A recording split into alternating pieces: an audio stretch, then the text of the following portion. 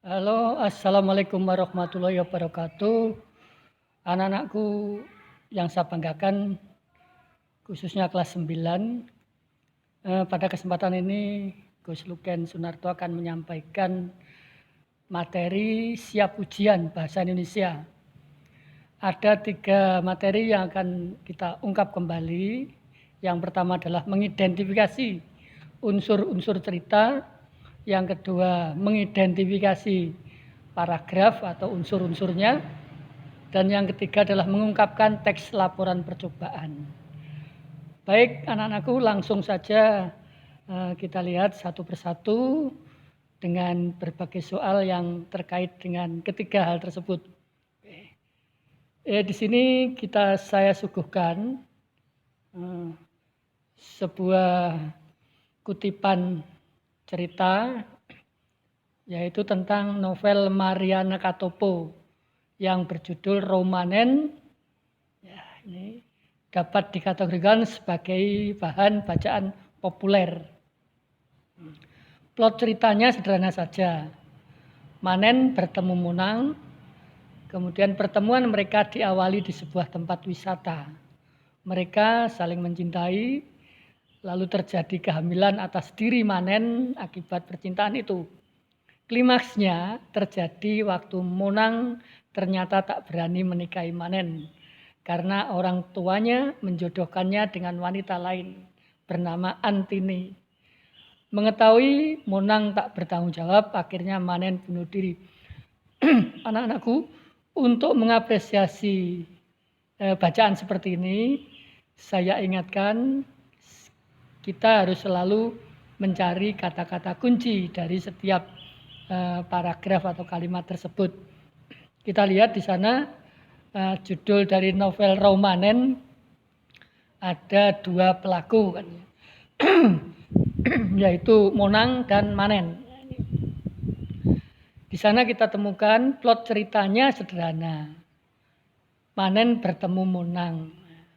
Pertemuan mereka diawali di sebuah tempat wisata. Ini kan namanya resolusi kalau kita ingat kembali.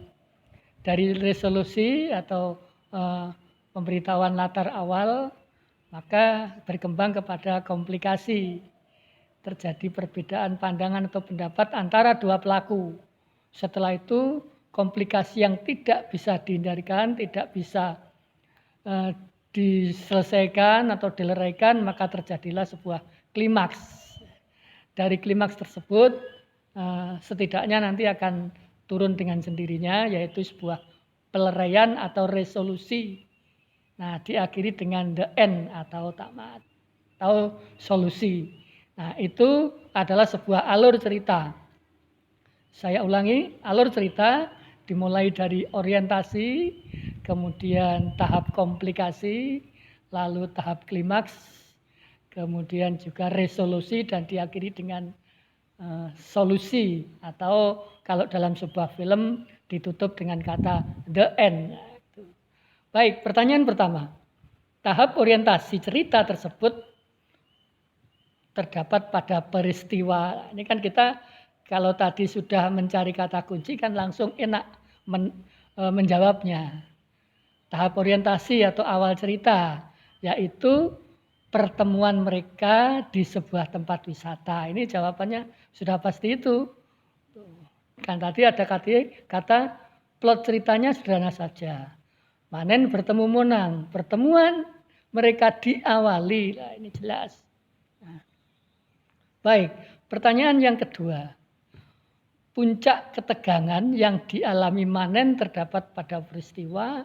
Nah, ternyata begitu terjadi kehamilan atas diri Manen akibat percintaan itu. Nah, ini puncaknya. Puncaknya adalah itu.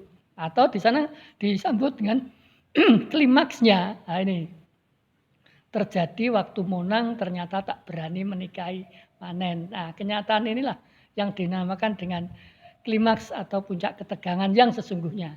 Nah, ini.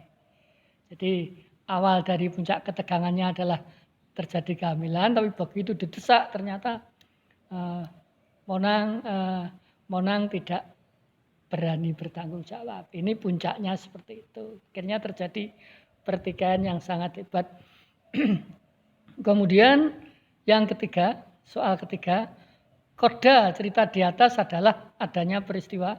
Koda adalah penutup. Nah, di sana saya beri merah itu akhirnya karena Monang tidak bertanggung jawab, akhirnya Manen bunuh diri. Nah, ini penutupnya. Artinya cerita itu diakhiri dengan ketidakbahagiaan.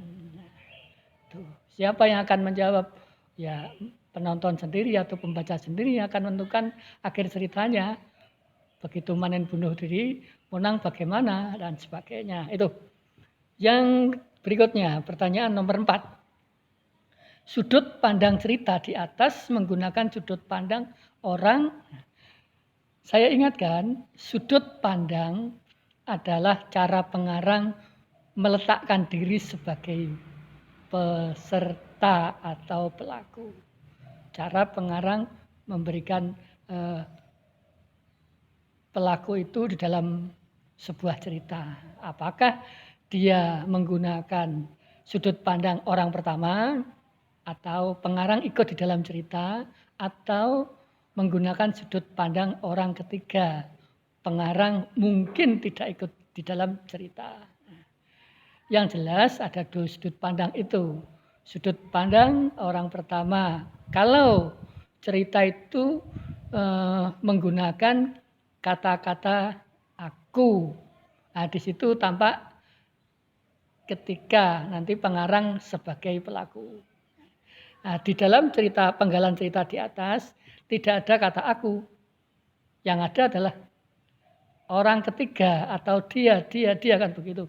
Maka sudut pandang cerita di atas adalah menggunakan sudut pandang orang ketiga. Buktinya di sana menceritakan dia. Lalu bagaimana dengan pengarang sendiri? Nah, mengingat pengarang mengetahui hal itu, mengetahui setiap sepak terjang dari para pelaku, maka pengarang adalah serba tahu. Karena itu sudut pandang pada soal nomor 4 adalah sudut pandang orang ketiga serba tahu. Itu jawabannya seperti itu. Saya ulang, menggunakan kata ganti orang ketiga atau menceritakan orang ketiga atau menceritakan orang lain. Nah, seolah-olah pengarang tidak masuk di dalam cerita itu. Oke. Nah, karena dia bisa tahu semuanya, maka dikatakan serba tahu. Ya, jadi sudut pandang orang ketiga serba tahu. Nomor 5, pelaku utama cerpen di atas adalah pelaku yang sering muncul, sering dibicarakan, sering dibahas. Di sana yang dibahas adalah Manen. Nah, ini yang pertama. Yang kedua adalah Monang. Jadi itu. Sedangkan ada pelaku Antini ini sebagai pelaku pembantu atau figuran. Jadi saya ulang, pelaku utamanya adalah Manen. Kalau ingin 2 ya berarti Manen dan Monang. Nah, sedangkan cerita pelaku yang lain sebagai pelaku figuran atau pembantu seperti Antini di atas. Oke. Baik, anak-anakku langsung saja ke bacaan yang kedua. Di sana akan ditanyakan kalimat utama dan ide pokok paragraf. Oke.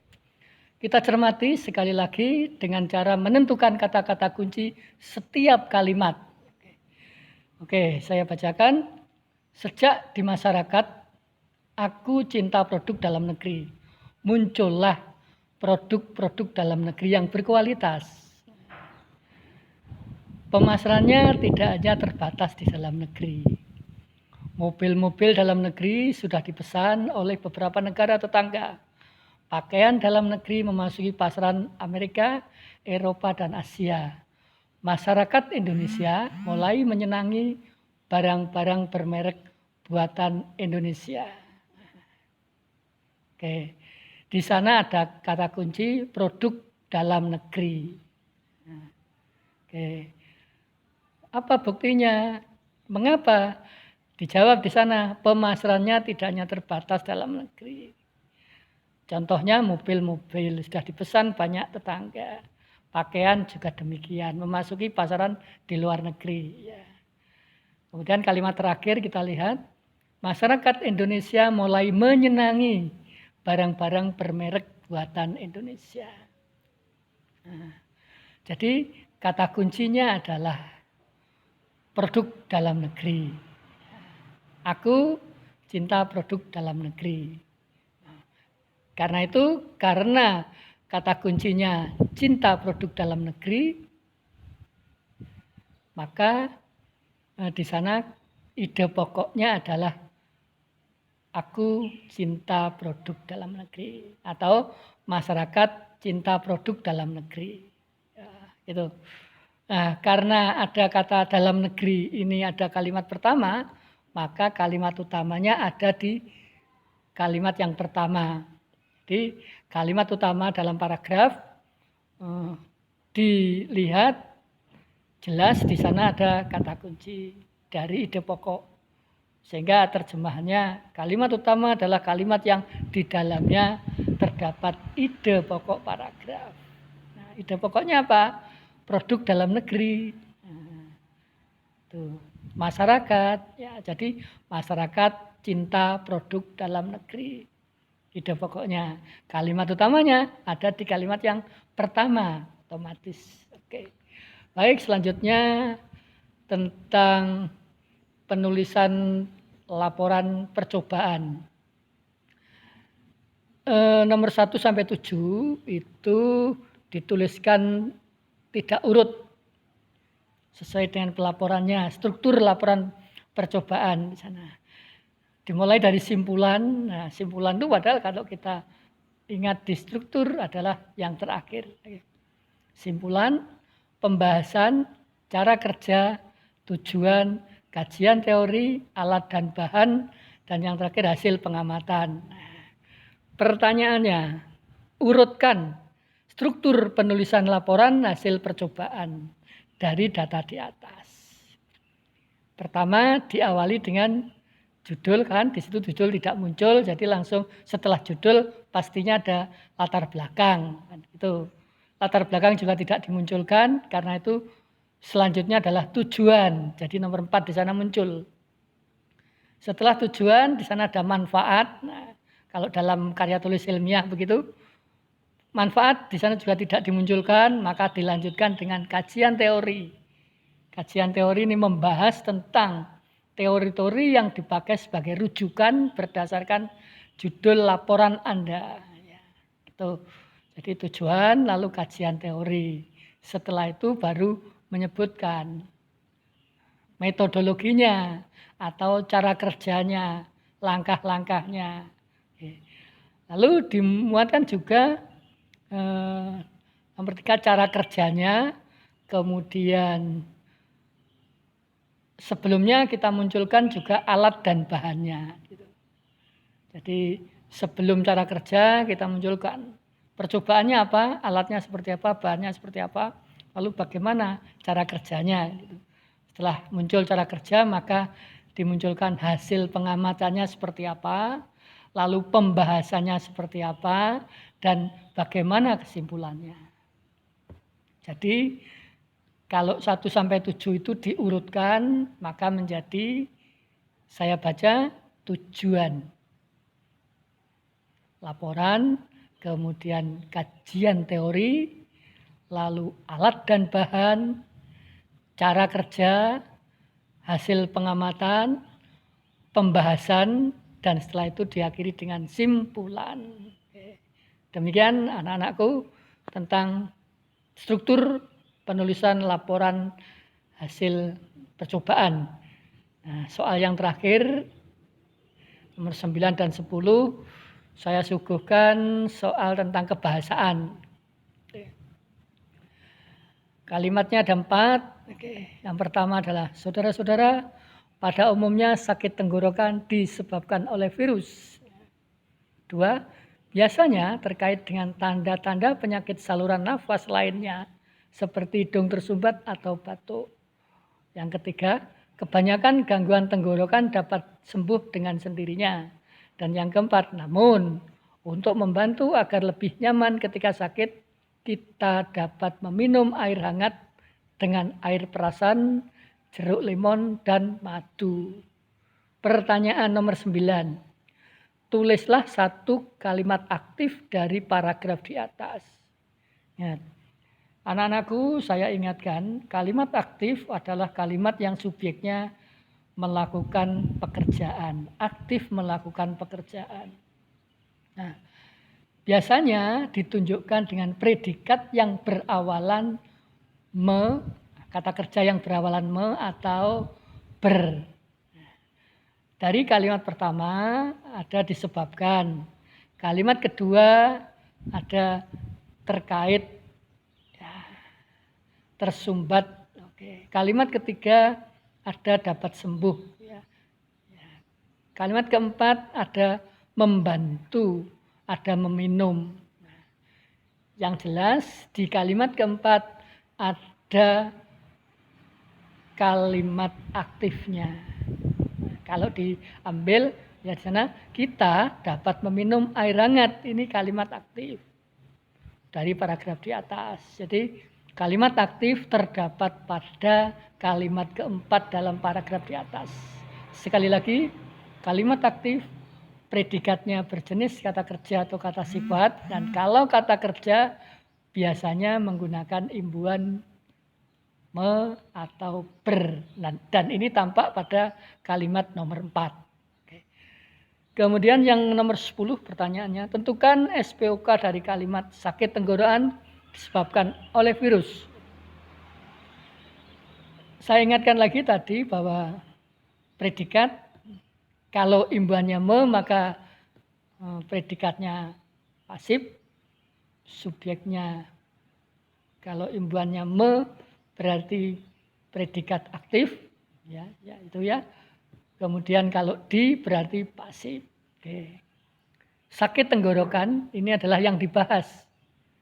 Termudah untuk membahas SPOK, kita bertanya dengan pertanyaan apa atau siapa yang dibahas dalam kalimat itu. Setelah itu baru kita bertanya bagaimana nanti untuk menentukan predikat. Saya ulang, untuk menentukan subjek kita bertanya apa atau siapa yang dibahas dalam kalimat itu. Kalau orang ya kita bertanya siapa, kalau benda kita bertanya apa. Ini subjeknya. Predikatnya, bagaimana subjeknya, bagaimana jawaban S tadi. Sekarang kita terapkan. Sakit tenggorokan disebabkan oleh virus. Kita bertanya, apa yang dibahas dalam kalimat itu? Jawabannya sakit tenggorokan. Oh, inilah subjeknya. Nah, setelah subjek biasanya dijelaskan oleh predikat atau belakangnya P, penjelasnya.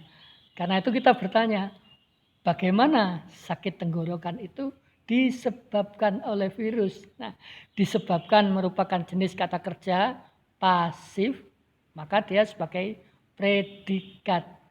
Tentu saja kalimat itu menjadi kalimat pasif karena predikatnya berimbuhan di atau menunjukkan pasif. Oleh virus, siapa yang melakukan? Berarti virus adalah sebagai objek pelaku. Jadi nomor 10 jawabannya sakit tenggorokan sebagai subjek, predikatnya kata disebabkan, virus sebagai objek pelaku. Demikian anak-anak sekedar review untuk mempelajari ulang tentang unsur cerita, paragraf dan teks laporan percobaan. Selamat belajar kembali. Semoga nilai ujian Anda di akhir semester ini memuaskan. Demikian, kurang lebihnya mohon maaf. Assalamualaikum warahmatullahi wabarakatuh. Tetap semangat. Salam literasi.